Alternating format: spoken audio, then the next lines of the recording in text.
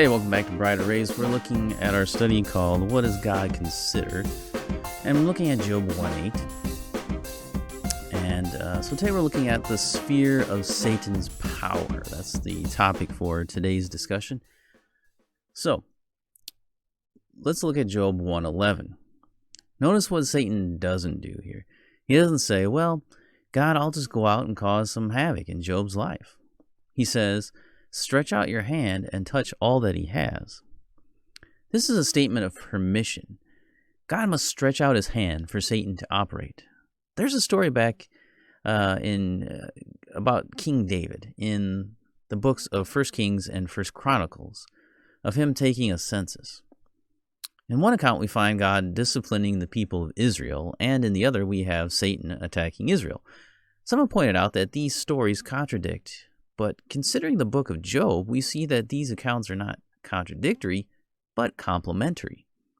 On one hand, God wanted to discipline the people for their sin, and on the other, Satan wanted to destroy them. God uses Satan to accomplish the work of discipline. The account in 1 Chronicles says that as the destruction was heading for Jerusalem, God stopped the destroyer. It is enough. Now stay your hand. Satan could not operate where God did not give his permission. What we have described here is nothing like a battle between two equals. This is not a yin-yang kind of idea. God is the omnipotent one, and Satan is but a creation, and is much subservient to God as the rest of creation. His power is limited, and when God says, thus far, no further, Satan must obey. We also see here that Satan's power is destroyed by the truth. Satan is allowed to attack Job twice. In both cases, the destroyer's power over Job is stopped by a declaration of the truth. After Job lost everything, he says, naked I came from my mother's womb, and naked shall I return. The Lord gave, and the Lord has taken away. Blessed be the name of the Lord. Again, after Satan attacks, Job says, shall we receive good from God? Shall we not receive evil? In both cases, Job declares the truth of God's sovereignty over his life. James, in his book, says, submit yourselves therefore to God, resist the devil, and he will flee from you. We know that he has Job in mind when he says that because he says, you've heard of the steadfastness of Job. Job submitted himself to God, which was evidenced in his statements of truth, and Satan had to flee from him. The temptation to curse God and die was overcome by the reality of who God is.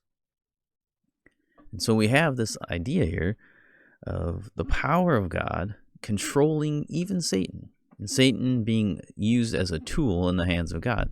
See, God's plan and purpose must be fulfilled no matter what. And God uses people, he uses the enemy, he uses our adversary to accomplish his purposes, and his glory will be shown forth as he does that. And so we have this idea here where Satan's not an equal. He is not the equal opposite force. There is no equal and opposite force. There's God, and that's what makes him God. Otherwise, you have another creature who is just like him but opposite. And you don't need that with God.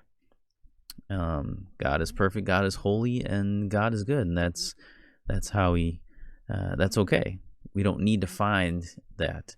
The rules of nature where there's, an equal and opposite force, reaction, action, reaction kind of thing, that doesn't happen with God, because God doesn't even exist in our reality in the way that we do.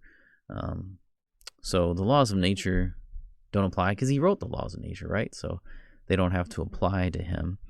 And a lot of times the logic that works in our universe, does it always work outside of time and reality? I don't know. I've never been there. Won't find that out. So God is all powerful. Satan is not, and he is under control of God, and God will use him for his purposes to bring about what needs to be brought about. And so we can rest in that if we are a follower of God, that God has Satan and his limitations set upon him for a reason. And that's good to know. So come back next time, tomorrow, and we'll look at the preservation of his people. God considers the preservation of his people when he's sending Job Satan, and when he's sending Satan to us too. And so God is always considering the preservation of his people.